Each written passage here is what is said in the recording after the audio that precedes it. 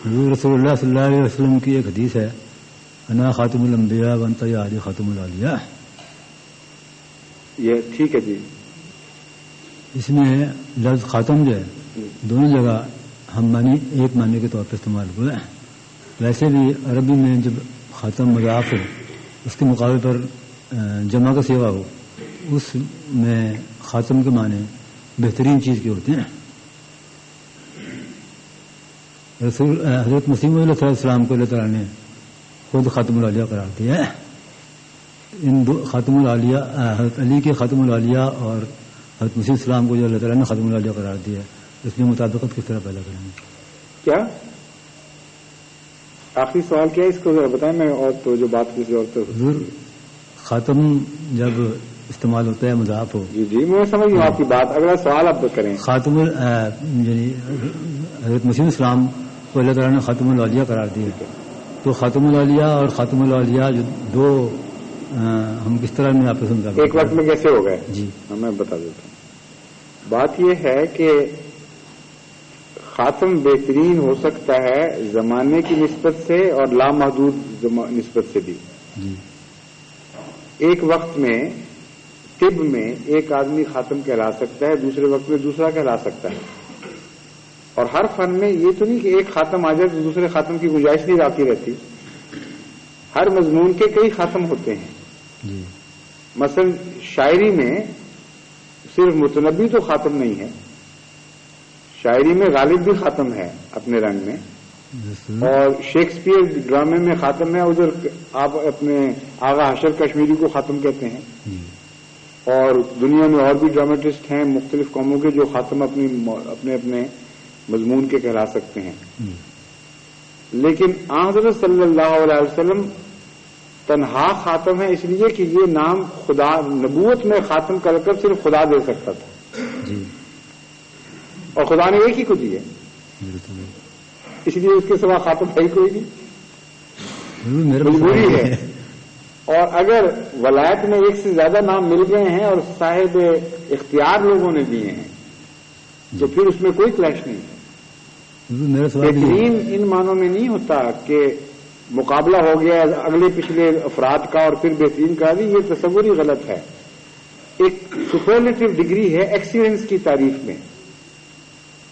اس وقت کے جو معروف یا معلوم لوگ ہیں ان میں لازماً بہترین ہے، مگر ہر دفعہ خاتم کا لفظ یہ گارنٹی نہیں رکھتا کہ اگلے پچھلے سب میں ضرور بہترین ہوگا.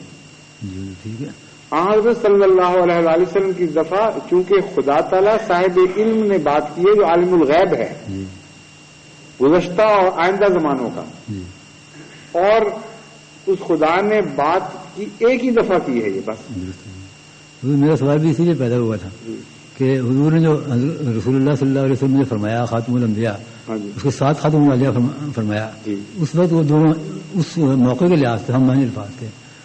خاتم کا تو لفظ جب بھی آئے گا انہیں معنوں میں آئے گا، یہ بحث ہی نہیں ہے. حضور خاتم النبیین کے ساتھ جو خاتم الاولیاء استعمال کیے ساتھ فرمائیں یا الگ فرمائیں، لفظ خاتم جب بھی بولا جائے گا کسی چیز کے متعلق عربی قواعد کے مطابق اگر وہ مماثلت ہوگی تو اسی طرح کی طاقت رکھے گا. اس سے قطع نظر بحث یہ ہے کہ جو شخص کسی کو خاتم قرار دیتا ہے اس کے پاس کوئی اہلیت ہے خاتم قرار دینے کی یا نہیں ہے، یہ سوال اٹھے گا. اب متنبی کو اگر عربوں نے خاتم کہا ہے تو دوسرے عربوں کا یہ حق تھا کہ وہ کہتے ہیں ہم متنبی کو نہیں سمجھتے، ہم امرؤ القیس کو سمجھتے ہیں. تھا نا حق، کیونکہ کسی کے پاس یہ سند نہیں تھی. لیکن یہ بھی ہو سکتا ہے کہ عرف عام میں ایک سند کو قبول کر لیا جائے اور بعد کے زمانے میں وہی لفظ خاتم کا اسی مضمون میں اس زمانے کے لوگ کسی اور شخص کے مطابق استعمال کر لیں اور کوئی کلیش نہیں ہے. طب میں ابو علی سینا کو بھی خاتم کہا گیا ہے اور اجمل خان صاحب کو بھی خاتم لکھا گیا ہے، اور کبھی کسی کے زمانے میں نہیں آیا کہ کلیش ہو گیا ہے. اس لیے خاتم کا لفظ اگر ایک سے زائد دفعہ استعمال ہوا تو اس کے دو امکانات ہیں. یا تو یہ کہ ایک استعمال جو تھا وہ اپنے زمانے کے لیے تھا اور دوسرا استعمال اپنے زمانے کے لیے تھا،